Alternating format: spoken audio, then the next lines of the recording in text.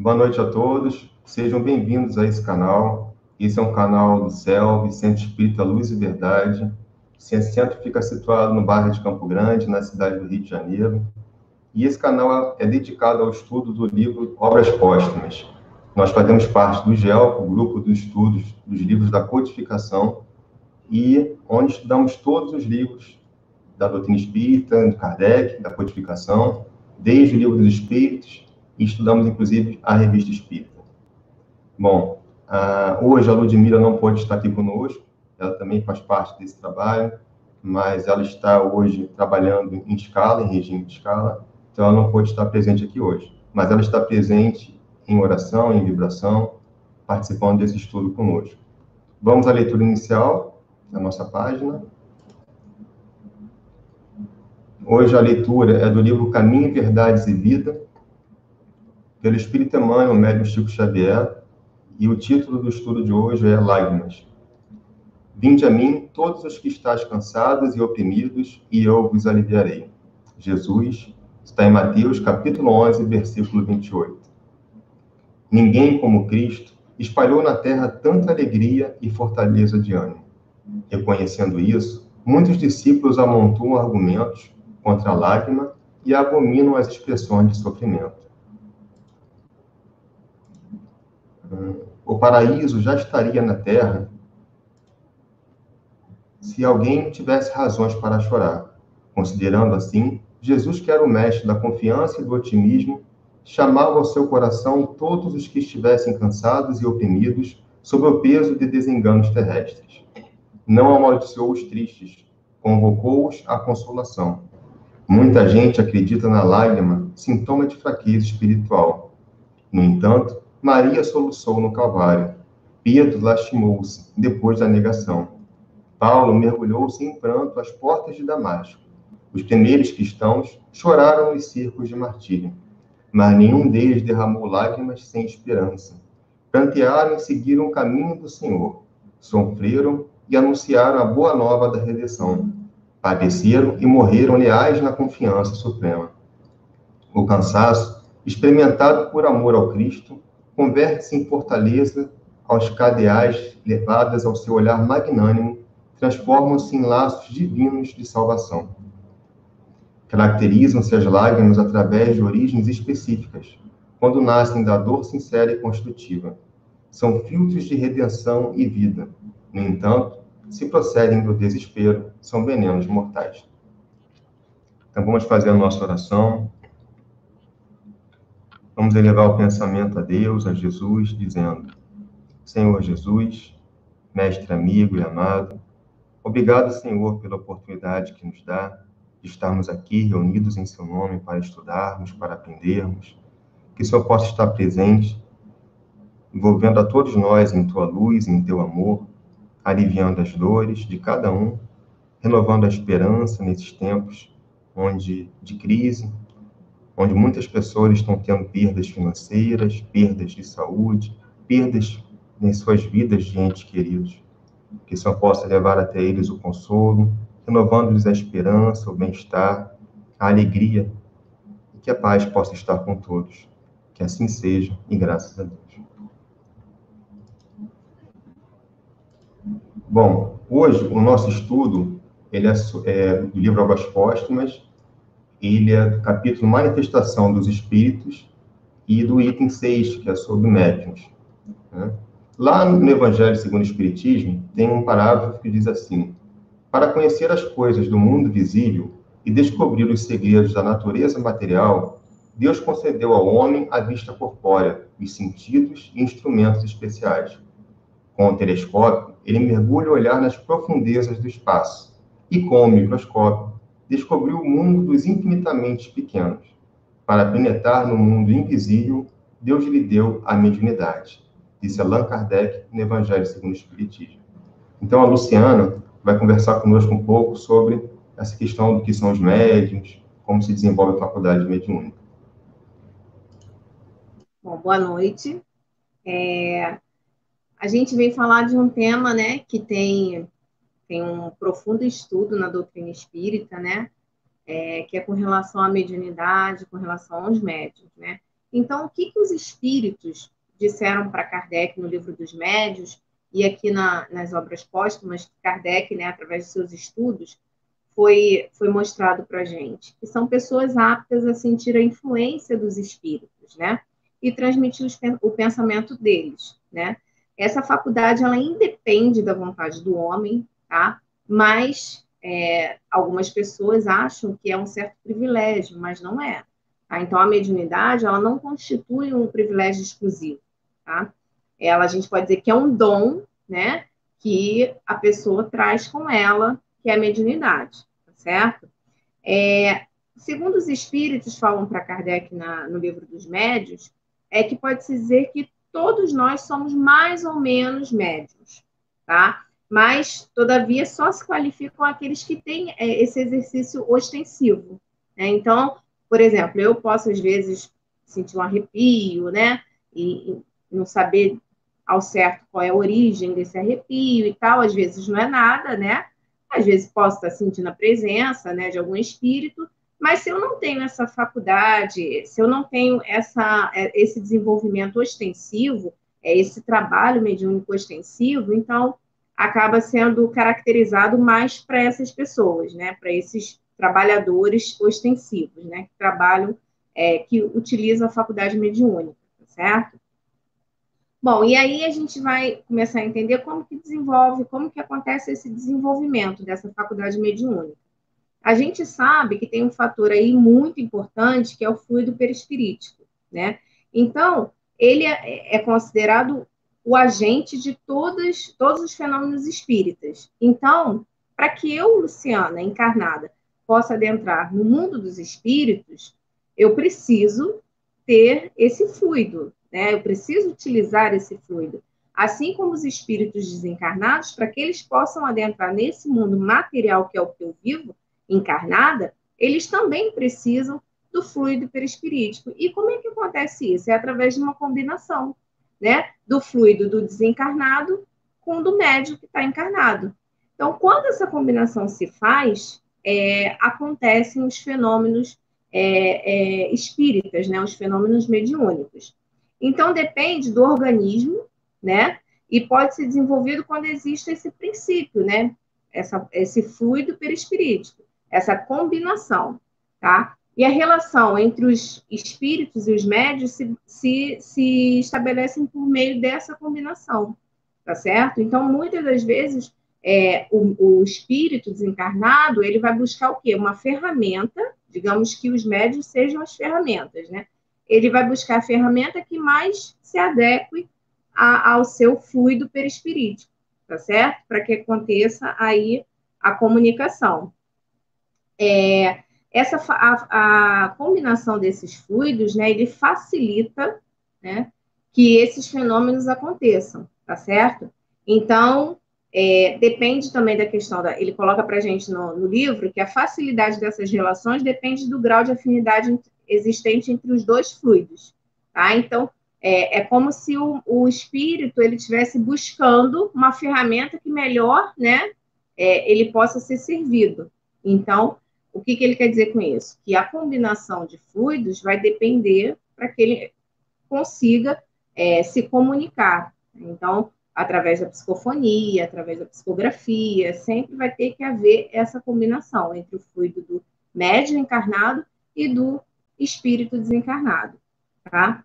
A idade, o gênero, o temperamento, nada influencia o desenvolvimento da mediunidade, tá? A gente pode ver no livro Diretrizes de Segurança, Raul Teixeira e Divaldo Franco, eles falam que três pontos são super importantes para o desenvolvimento mediúnico.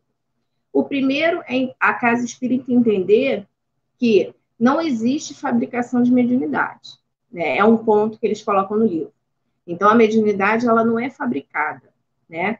Você, quando tem esse dom, que a gente pode dizer assim, você vai desenvolvê-la, né? Muitos amigos chegam à casa espírita querendo ser médium, mas, assim, nunca sentiu nada, nunca viu nada, nunca escutou nada, e querem desenvolver. Então, assim, a gente tem que ter um cuidado, porque, assim, a mediunidade não é uma fábrica, né? Então, assim, Outro ponto que eles colocam é o estudo, a importância do estudo no desenvolvimento mediúnico. Então, assim, o médium, ele precisa entender todo esse processo, né? Ele precisa entender como que ocorrem as coisas, né? Como que o fenômeno se manifesta. Então, por isso, em todo o desenvolvimento mediúnico, é super importante a gente ter o quê? O estudo, né? Sem o estudo, a gente não consegue andar, a gente vai ficar meio que no escuro. E um terceiro ponto que eles colocam na questão do desenvolvimento mediúnico é com relação às providências quanto à mediunidade atormentada, né? Então, quando chega um médium à casa espírita, né, com um processo, né, complicado, tem que fazer um tratamento primeiro, uma fluidoterapia, antes que o desenvolvimento aconteça, tá certo? Então, assim, são 3 pontos que eu achei interessantes no livro Diretrizes de Segurança, que fala sobre mediunidade, de Divaldo Pereira Franco e de Raul Teixeira, tá? Então, para o desenvolvimento mediúnico acontecer, tem que haver essa combinação de fluidos para que o espírito desencarnado consiga penetrar, né, no mundo material e o médium encarnado consiga também adentrar no mundo espiritual, fazer o contato com o espírito desencarnado, tá bom? Eu vou passar agora para o Sérgio. E, Sérgio, a gente quer saber, os médios possuem a faculdade mediúnica em estado igualmente desenvolvido?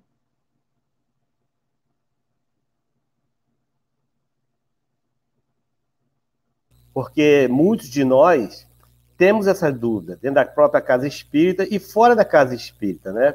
Se todos os médios eles têm essa mediunidade igualmente desenvolvida. Nós sabemos, através dos estudos, através dos bons espíritos, que não é assim. Porque isso tem várias coisas que influenciam na mediunidade, né? Como a nossa irmã já falou aí, da questão do estudo, da questão moral, da questão da evolução do médium, da questão dos conhecimentos que o médium adquiriu conforme o tempo. Então, e sem contar que não existe ninguém igual a ninguém. Então, eu posso entrar no estudo mediúnico para desenvolver minha mediunidade, e meu irmão Humberto, por exemplo, ter as mesmas afinidades do que as minhas. Mas, ao desenvolver a mediunidade, ele pode seguir um caminho ou seguir outro, ou até o mesmo caminho de psicofonia ou de psicografia, mas a gente vai ter manifestações diferentes por causa da nossa diferença, porque cada ser é um ser independente. E lembrando que a mediunidade não é exclusiva para espíritos evoluídos, para pessoas que só buscam o bem. Existe, infelizmente, pessoas que usam a mediunidade para coisas que não são para o bem, né? Tem pessoas que têm a mediunidade e não praticam o bem, porque a mediunidade não é uma exclusividade de um ou de outro. Ela pode se manifestar em qualquer pessoa. E a pessoa tem que ter essa aptidão, como a nossa irmã falou. E nós sabemos que, como Allan Kardec nos fala, que todos nós temos um pouco de mediunidade, mas só se considera mediunidade mesmo na doutrina espírita aqueles que têm essa mediunidade ostensiva, né? Que apresenta realmente um dom da mediunidade. Então, agora, eu vou passar para o nosso irmão Humberto, que vai falar um pouquinho para a gente, Humberto, qual a diferença entre médios inconscientes e médios conscientes, né? E médios de efeitos físicos. Por favor, Humberto. Obrigado, Sérgio. Então, falando da mediunidade de efeitos físicos, primeiro a gente tem que lembrar, né, que a mediunidade não foi algo descoberto por Allan Kardec, né? Com os fenômenos espíritas, eles acontecem desde muito tempo, né? Kardec, sim, estudou, codificou e desvendou para a gente essas relações entre o mundo material e o mundo espiritual, trazendo a doutrina espírita e trazendo para nós o entendimento da doutrina espírita, dessa relação através da razão. A mediunidade de efeitos físicos, ela sempre foi envolta com muito preconceito e um pouco de maravilhoso do sobrenatural, né? Por quê? Porque a mediunidade de efeitos físicos é aquela mediunidade em que os objetos se movem aparentemente sozinhos, onde objetos são arremessados, onde há ruídos, ocultos, e isso tudo envolve muito a imaginação das pessoas, o medo, o sobrenatural, né? Então, os médiuns de efeitos físicos muitas vezes sofreram perseguições, né? Alguns, inclusive, foram queimados, outros foram tidos como loucos, internados em hospícios, né? E porque as pessoas não entendiam, né, como era esse fenômeno, por que isso acontecia, né? E então, aí Kardec vem, explica, através dos espíritos, explica para a gente como funciona essa mediunidade. Na verdade, o médium de efeitos físicos, ele tem a capacidade de doar um fluido animalizado, né, que a gente chama de ectoplasma, que o espírito, utilizando desse ectoplasma, desse fluido magnético animalizado, em conjunto com o seu fluido, ele consegue dar uma vida momentânea a uma mesa, a um determinado objeto, uma vida aparente momentânea. E com isso ele consegue fazer movimentos, dar pancadas, né, responder a perguntas. Inclusive, tem um exemplo lá na Revista Espírita, chamado História de um Danado, que é interessante, porque envolve um medo das pessoas da casa mal-assombrada, né? Então, o que acontece? O que é a casa mal-assombrada nesse caso, né? Um espírito, ele tinha cometido um crime, né? E ficou, depois que desencarnou, ficou preso àquela casa, aquele cenário. E ele ficou 200 anos naquela situação, né? Preso naquele ambiente. E toda pessoa que tentava habitar aquela casa, o espírito perturbava, né? Movimentava objetos, fazia ruídos, que gerava um horror muito grande nas pessoas que acabavam abandonando e saindo daquela casa, né? Mas tentaram fazer exorcismos, tentaram pregar quadros com imagens de santos, mas nada resolvia aquela situação. Mas todos, durante esses 200 anos, esqueceram de fazer algo bem simples, que era a oração por aquele espírito. Então, o espírito ele estava revoltado, ele acreditava que ele estava punido eternamente pelo crime que ele cometeu, e por isso ele estava preso àquela situação em que ele revia o crime naquele ambiente. Então, ele estava muito revoltado e não aceitava que ninguém morasse naquela casa, né? Porém, depois que um grupo espírita começou a receber esse espírito, evocou esse espírito, conversou com ele, começou a orar por ele, ele começou a sentir, né, se flexibilizar aquela raiva, aquela revolta que ele tinha, né? Então, é uma medida muito simples, né? Orar, se preocupar com o espírito, né? Então, essa mediunidade de efeitos físicos tem essa característica. Vou passar, então, agora a bola para a Luciana, que vai conversar conosco sobre médiuns sensitivos.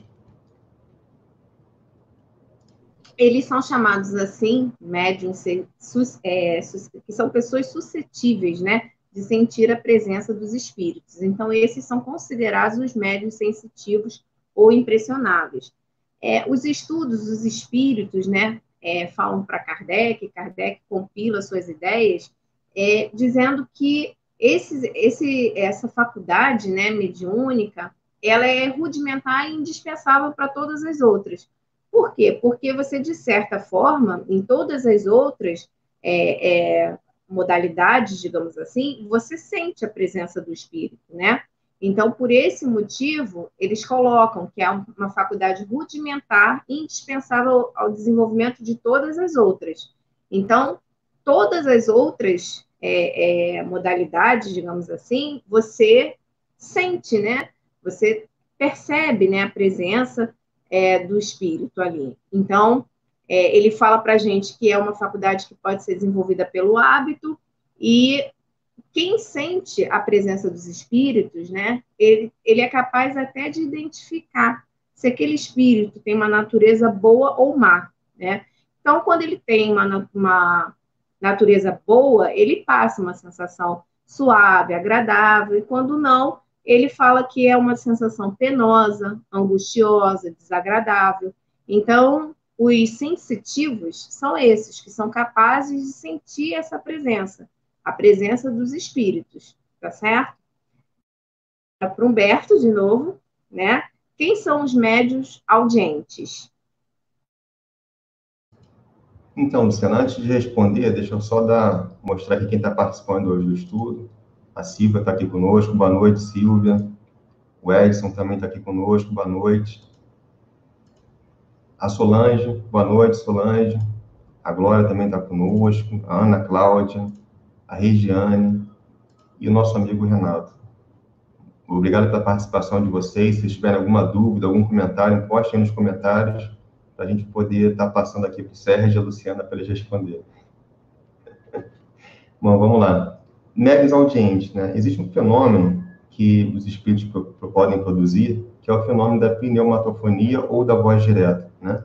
Esse fenômeno é quando os espíritos produzem sons, né, que se assemelham a uma voz interior, né, ou pode até ser um som externo, né? E quando se trata de um som externo, as pessoas, inclusive os que não são médios, podem escutar, né?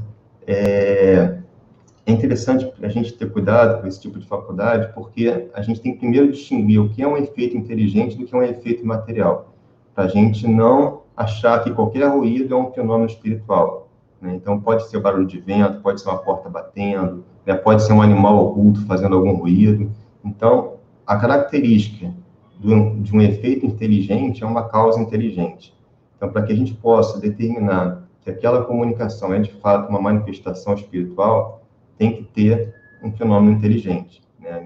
Pode ser uma resposta, uma pergunta, uma voluntariedade naquela produção daquele som, né? Não pode ser uma causa fortuita, né? O médium audiente, ele é capaz de escutar essa voz interior e, inclusive, distinguir o timbre de voz do espírito, né? Então, ele consegue distinguir o espírito pelo timbre de voz. Essa faculdade, ela pode ser agradável quando se trata de escutar os bons espíritos, né? Mas ela pode ser perturbadora quando essa voz interior é oriunda de um espírito que tem a intenção de perturbar, né? Então, a gente pode ouvir coisas desagradáveis, coisas inconvenientes. Então,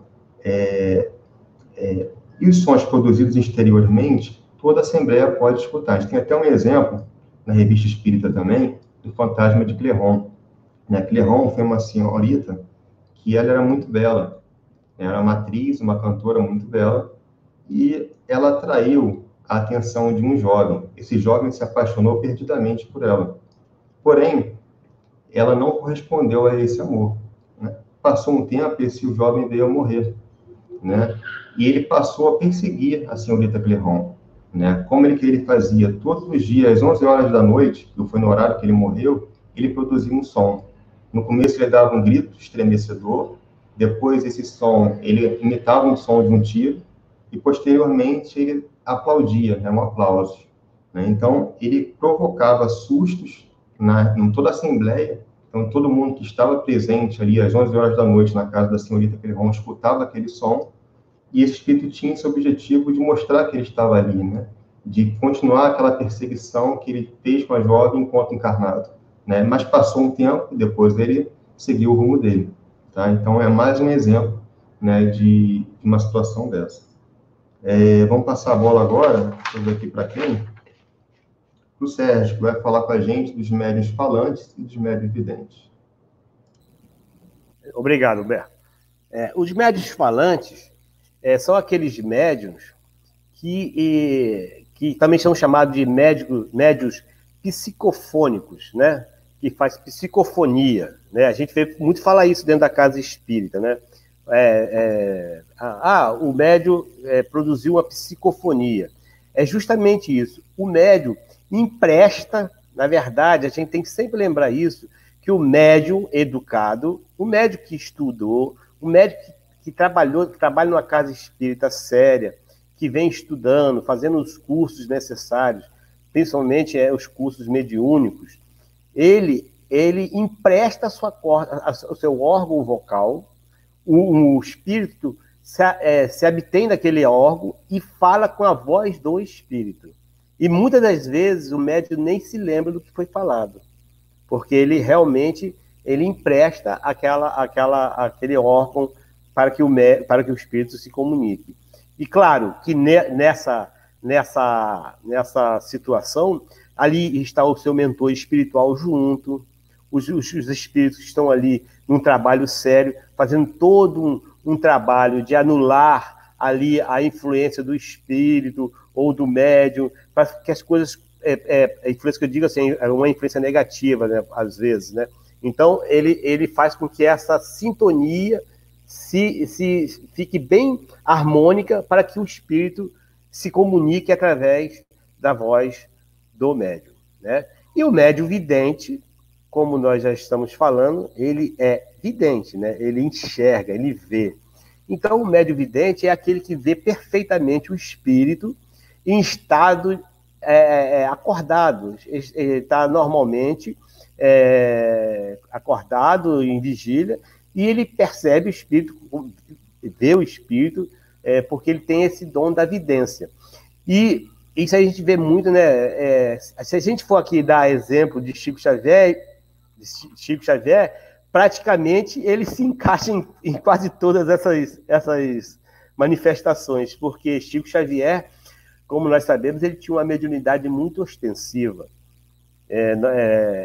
O nosso irmão Divaldo nos divulgou que em uma época Chico teve que tomar passe para diminuir um pouco a sua mediunidade, de tão aflorada que era a mediunidade dele.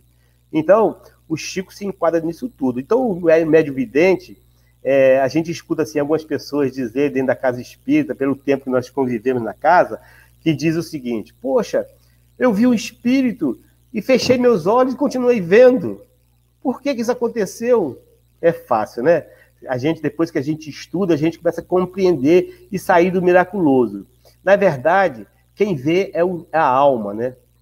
A gente fala de alma, porque o espírito, quando está encarnado, a gente dá o nome de alma, para a gente distinguir do espírito que está na erraticidade.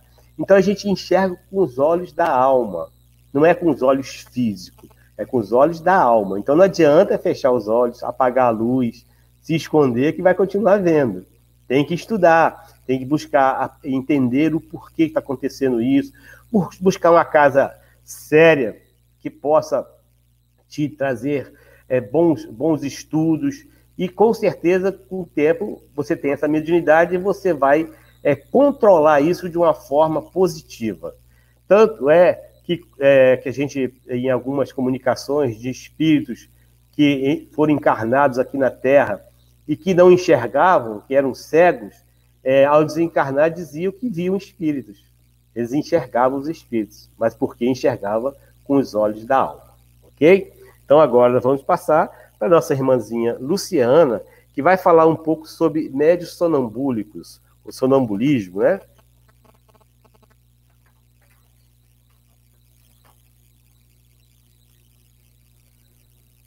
Bom, esse médium sonambúlico, a gente pode começar dizendo que o sonambulismo ele é uma variedade da faculdade mediúnica, né? Então, são duas ordens de fenômenos que acontecem aí, que estão ligados, tá? O sonâmbulo, ele age sobre a influência de seu próprio espírito.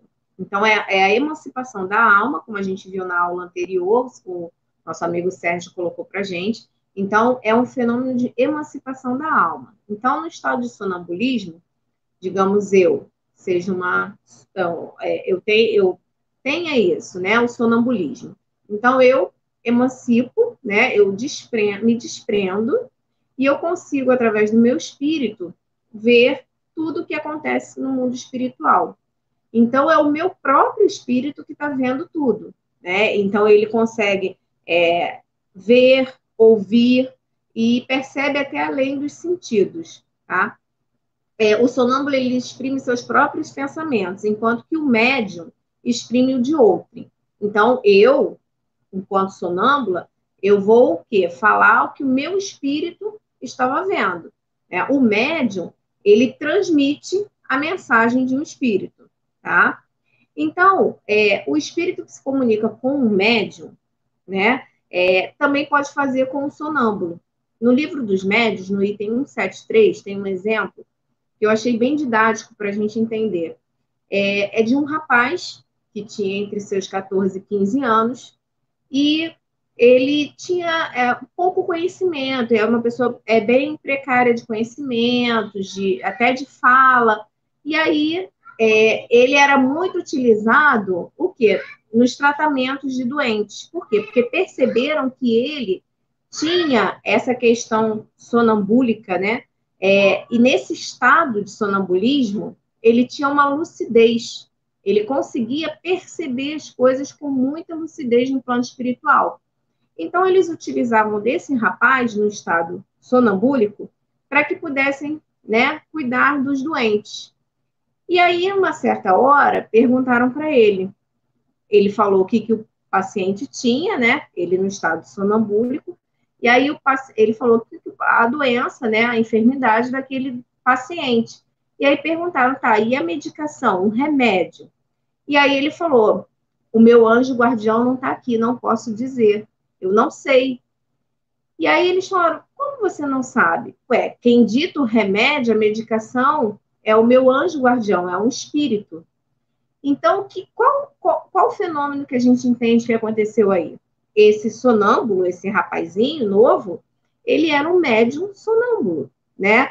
Então, ele podia ver, né, no estado de sonambulismo, ele conseguia ver através do seu espírito, com aquela clareza, a enfermidade daquele paciente, mas não era ele quem aplicava, quem indicava a medicação. Quem indicava a medicação era um outro espírito, que ele estava, quando ele estava emancipado no sonambulismo, ele tinha contato com esse outro espírito que passava a medicação. Então, vejam que ele sozinho, no estado sonambúlico, ele tinha ali um fenômeno, né? Agora, quando ele começava a interagir com um espírito, no plano espiritual, um espírito desencarnado, ali já havia uma comunicação, e ele passava essa comunicação para o plano terreno, tá? Então, esse é um fenômeno que a gente pode considerar de um médium sonambúlico. Quando ele estava assistido desse espírito desencarnado, que receitava um medicamento, ele estava o quê? Como um médium sonambúlico, né? E quando sozinho, ele apenas manifestava o fenômeno do sonambulismo, tá certo? Então, mais à frente, eles colocam para a gente que muitos sonâmbulos veem perfeitamente os espíritos e os descrevem com tanta precisão como os médiuns videntes, né? Então, eles fazem uma analogia, uma comparação com os médiuns videntes, tá? E nessa ação, né, tem um exemplo notável, que é uma duplação do espírito do sonâmbulo e de outro espírito, tá certo? Eu não sei se ficou claro esse exemplo, mas está lá no livro dos médiuns, item 173, tá bom? Bom, vou passar agora para o Sérgio. Sérgio, o que são médiuns inspirados? Bom, os médiuns, segundo Allan Kardec, todos nós somos médiuns inspirados, segundo os espíritos, né? Que Allan Kardec ele traduziu, codificou a doutrina espírita através dos espíritos. Então, segundo os espíritos, todos nós somos médiuns inspirados. Aí vamos ver o que Allan Kardec diz para a gente sobre isso. Allan Kardec explica que a inspiração vem para todos nós, de espíritos que influenciam para o bem ou para o mal, em todas as circunstâncias de nossas vidas e em todas as resoluções que tomamos. E pode ser dito que, a esse respeito, todo mundo é um médium. Então, todos nós temos essa questão da inspiração. Uns mais, claro, se a gente desenvolver isso, mais nós teremos essa inspiração maior. Mas todos nós temos a inspiração. E aí nós vamos lá no Livro dos Espíritos. Aquela perguntinha que a gente gosta sempre de fazer na casa espírita, né? Os espíritos, vamos lá, é a pergunta 459. Todo mundo já sabe aí, ó. O Humberto já identificou, a Luciana já identificou. Influencia os espíritos em nossos pensamentos e nossos atos? Olha a pergunta que Allan Kardec fez aos espíritos. E a resposta dos espíritos: mais do que imaginais, pois com bastante frequências são eles que vos dirigem. Olha que coisa interessante. Como é importante a nossa conduta, o que nós estamos pensando, qual tipo de conduta que nós estamos levando nesta vida. Porque nós podemos escolher.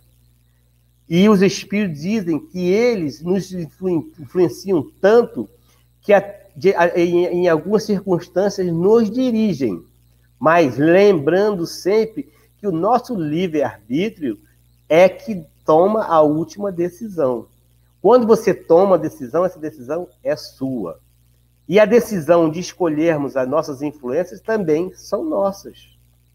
semana passada, o Humberto, antes de nós começarmos, ele falou uma coisa que ficou gravada aqui, Humberto, que nós, na hora de dormir, de nós formos dormir, devemos desligar os celulares, principalmente de coisas frívolas, violentas, assistir coisas violentas, para que nós possamos não estarmos influenciando os nossos pensamentos para essas questões de violência, de frivolidades. Então, o que devemos fazer? Buscar bons livros, boas leituras, buscar um bom estudo. Eu quero escutar uma palestra pelo celular, que ótimo. O celular é uma ferramenta maravilhosa, a internet é uma ferramenta maravilhosa. Sem ela agora não estaríamos falando, sem um computador, sem um celular. Mas que nós coloquemos numa palestra bacana. Eu sempre coloco uma palestra para que eu possa, quando eu recebo um estudo para fazer, eu coloco uma palestra. Eu nunca consigo terminar a palestra, porque ela me acalma tanto que eu durmo. Até hoje eu não consegui escutar uma palestra inteira, porque é um calmante natural. Então, esse é o tipo de influência que os bons espíritos querem nos dar. Que a gente busque essas boas influências. E isso é responsabilidade nossa. Mas eu sinto mais influência. Não é culpa deles, esse é um problema nosso. O que nós estamos fazendo? Né?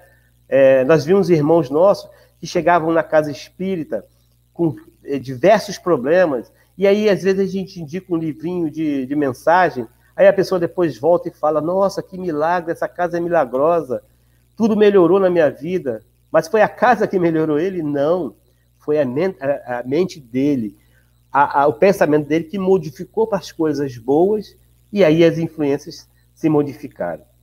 E aí, continuando o nosso estudo, eu vou passar para a Luciana, né, Luciana? Para falar sobre o que é médiuns de pressentimentos. Olha que bacana. Bom, os médiuns de pressentimentos, né, são os que, em dadas circunstâncias, têm uma vaga intuição de coisas futuras, né? Ele pode ser uma espécie de dupla vista, né? Que você está prevendo, está tendo um pressentimento do que vai acontecer, tá? Muitas vezes, tal intuição, ela resulta de comunicações ocultas, né? Então, você já, de uma certa forma, você teve um espírito, de alguma forma, já te deu essa intuição, te colocou essa situação, e aí você, com essa mediunidade, a gente pode dizer que é uma variedade dos médiuns inspirados, né? De uma certa forma, você ouviu, né? Sentiu essa inspiração, né? E ficou com uma vaga intuição, né? Do que possa vir a acontecer, tá? E fala para a gente que, de certo modo, o pressentimento é dado à maioria das criaturas para uso pessoal. Então, geralmente, quando você tem um pressentimento, às vezes é mais com relação a você, a uma pessoa próxima, né? Então, é isso que os espíritos colocam para Kardec no Livro dos Médiuns, que Kardec compilou aqui no Obras Póstumas para a gente, tá? Em seguida, tem uma outra pergunta que ele vem falar que... Posso continuar? Posso, Beto? Posso. Quem são os médiuns proféticos, tá? E os espíritos colocam para a gente, né? Explicam para Kardec que é uma variedade dos médiuns, também uma variedade dos médiuns inspirados, tá? Então, eles recebem com a permissão de Deus, tá? Com mais precisão do que um pressentimento. Então, o dom da profecia é excepcional e implica a ideia de uma missão na Terra. Então, é algo bem, né, que a gente pode dizer uma coisa bem maior, né, como se fosse algo sublime. Mas eles colocam para a gente que, todavia, se há verdadeiros profetas, maior é o número dos falsos profetas. Então, como o Sérgio colocou antes, a gente tem que ter um cuidado, né? A gente tem que ler, a gente tem que tentar entender se aquela comunicação foi realmente daquela pessoa que se diz ser, né? Porque no Evangelho, segundo o Espiritismo, colocam para a gente essa questão, né, dos falsos, muitos cristãos, falsos profetas.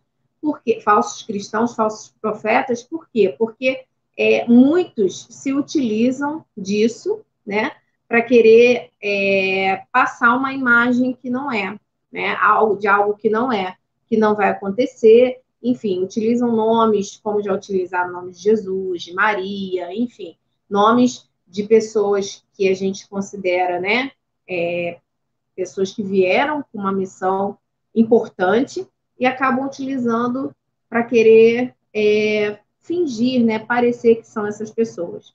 Tá? Então, no Livro dos Espíritos, na questão 624, tem lá, qual o caráter do verdadeiro profeta? E os espíritos respondem para Kardec, o verdadeiro profeta é um homem de bem, inspirado por Deus. Podeis reconhecê-lo pelas suas palavras e pelos seus atos. Impossível é que Deus se sirva da boca do mentiroso para ensinar a verdade. Então, toda vez que a gente recebeu uma comunicação, que é o que acontece muito, né? A gente aí nas redes sociais, aconteceu um fenômeno, um evento, aí vem um monte de mensagens dizendo que foi fulano, que foi Bezerra, que foi...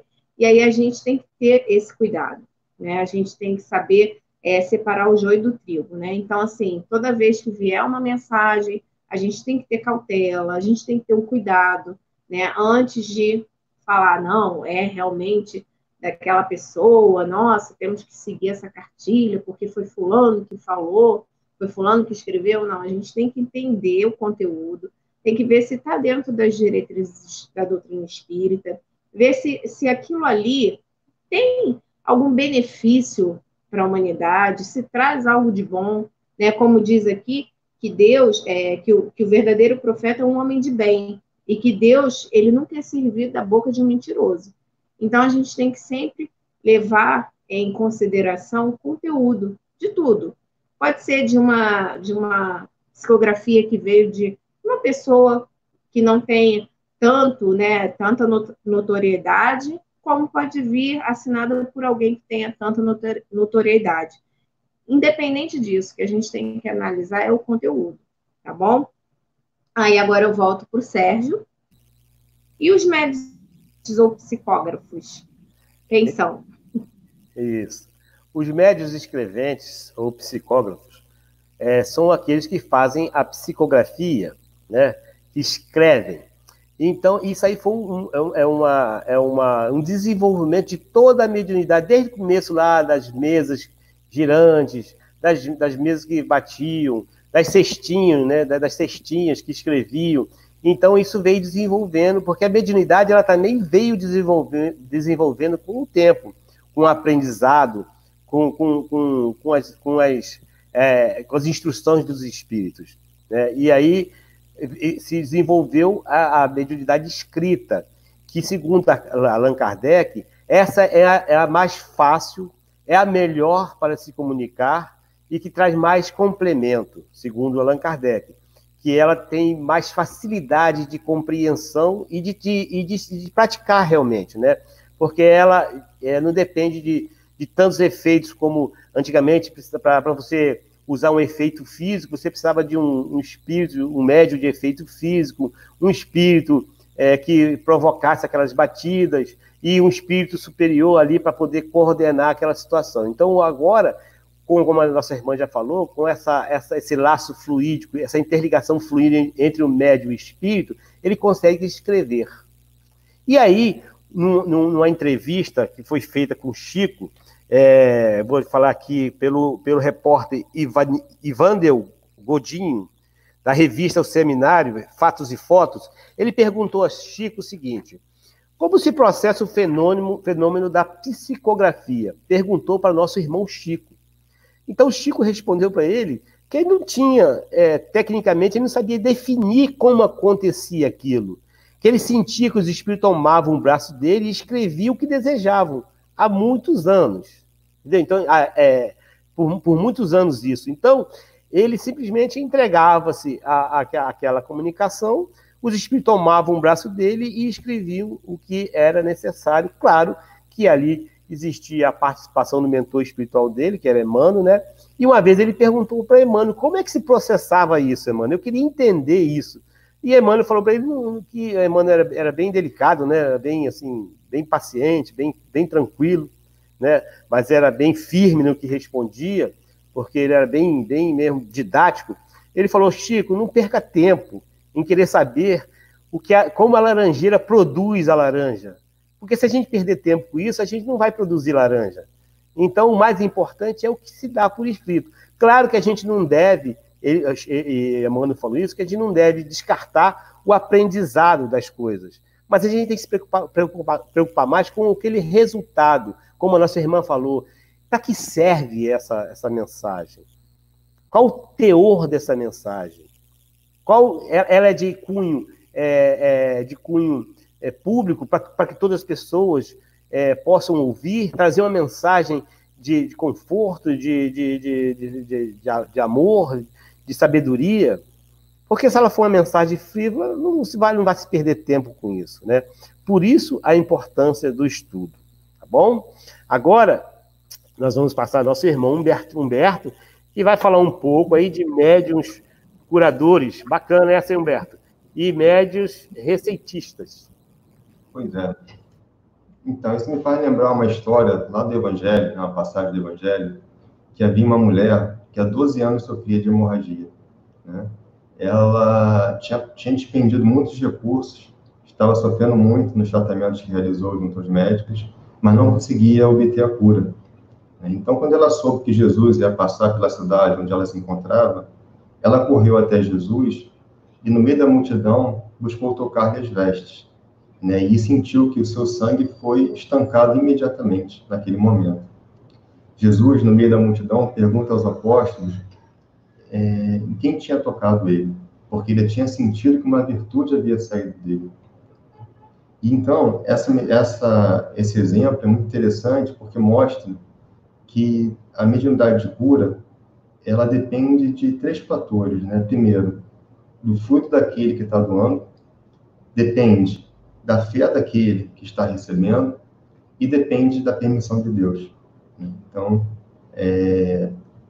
quando o médium de cura, ele é capaz de curar pelo olhar, pelo toque, pela imposição das mãos, ele tem um dom, uma capacidade de doação de fluido maior, né? E os espíritos utilizam desse fluido, aprimoram esse fluido, aumentam as qualidades, né, para promover a cura nas pessoas, né? Porém, isso só acontece quando Deus o permite. Tem uma história de Chico Xavier, que tem muitos casos, né? Que uma senhora procurava o Chico Xavier pedindo a cura para o marido dela. O marido dela tinha um problema no estômago que o impedia de trabalhar, né? Então, ele estava desempregado, estava em casa adoentado, enfermo, e o lar estava passando por necessidade. E a mulher ia em várias sessões até o Chico pedindo auxílio para o marido, para que ele fosse curado. E Chico sempre falava para ela ter paciência, para ela ter calma, porque tudo acontece no momento oportuno, no momento certo. Um belo dia, o marido foi curado, passou um tempo, e a mulher volta no Chico. E Chico pergunta como ela estava, se ela estava bem, que ele sabia que o marido tinha sido curado. E ela pede para Chico para que o marido voltasse a ficar doente. Porque desde que ele tinha obtido a saúde, ele tinha saído não para ir trabalhar, mas tinha saído para ir para os bares, para ir, né, para se perdendo na bebida. E aí o Chico, ele fala para ela, né, para ela ter paciência, né, e é uma lição que a gente tira, porque tudo acontece como tem que acontecer, né? A gente tem que ter cuidado, inclusive, com o que a gente pede, né? E sobre os médiuns receitistas, é uma característica de alguns médiuns que recebem um ditado dos espíritos ou através da psicografia, onde eles escrevem a receita de alguns remédios, geralmente fitoterápicos, né? A Ivone Pereira tinha isso, né? Ela recebia o Dr. Bezerra de Menezes, que ditava para ela uma medicação e ela transcrevia para a pessoa que estava lá. Porém, a gente tem que ter sempre a noção, né, conhecimento, de que a doutrina espírita sempre recomenda que a gente busque também o tratamento do mestre da Terra, né? Então, a gente busque na Terra o tratamento e ter o tratamento espiritual como um meio auxiliar, um meio complementar, né? Então, acho que a gente finalizou o estudo, né? Alguém quer fazer algum comentário? Sérgio, Luciano? Então, eu só queria deixar aqui, que a gente não pode deixar de esquecer jamais, que a mediunidade, ela tem que ser usada com Jesus. A mediunidade sem Jesus, ela é uma mediunidade que não vai te levar a nada. Porque Jesus sempre nos trouxe para a humildade, a simplicidade e o amor. Então, quando nós nos colocarmos como médium, lembremos disso, que somos apenas instrumentos do Mestre Jesus. E, na verdade, nós temos que nos preparar, nos melhorar, para que esse instrumento seja melhor. Mas nunca esquecer que temos que ter humildade, simplicidade, porque a gente percebe que alguns irmãos se dizem médium, eu sou médium, aí acho que isso já é uma grande coisa. Não, irmãos. Nós estamos aí para servir. Chico sempre foi indagado. Chico, essa mensagem que você me trouxe, Chico, ele sempre falava, irmãos, eu sou apenas um carteiro. Eu entrego as mensagens. Então, veja só, quando nós estamos trabalhando na casa espírita, como ali fazendo um estudo e somos inspirados, nós estamos sendo um instrumento de Jesus. Quando nós estamos usando a mediunidade para curar, quando estamos usando a mediunidade para levar uma palavra amiga, quando usamos a mediunidade para psicografar, não podemos esquecer jamais que Jesus que é o mestre, Jesus que é o guia de todas as coisas. Então eu deixo para vocês aí que se nós não tivermos humildade, não vamos a lugar nenhum dentro da casa espírita. Essa é a principal coisa da casa espírita, humildade e amor ao próximo. Só isso que eu gostaria de deixar, irmão. Bem, deixa eu ver se tem alguma pergunta aqui nos comentários. Não temos. Então, Luciana, você faz a nossa prece para a gente poder encerrar?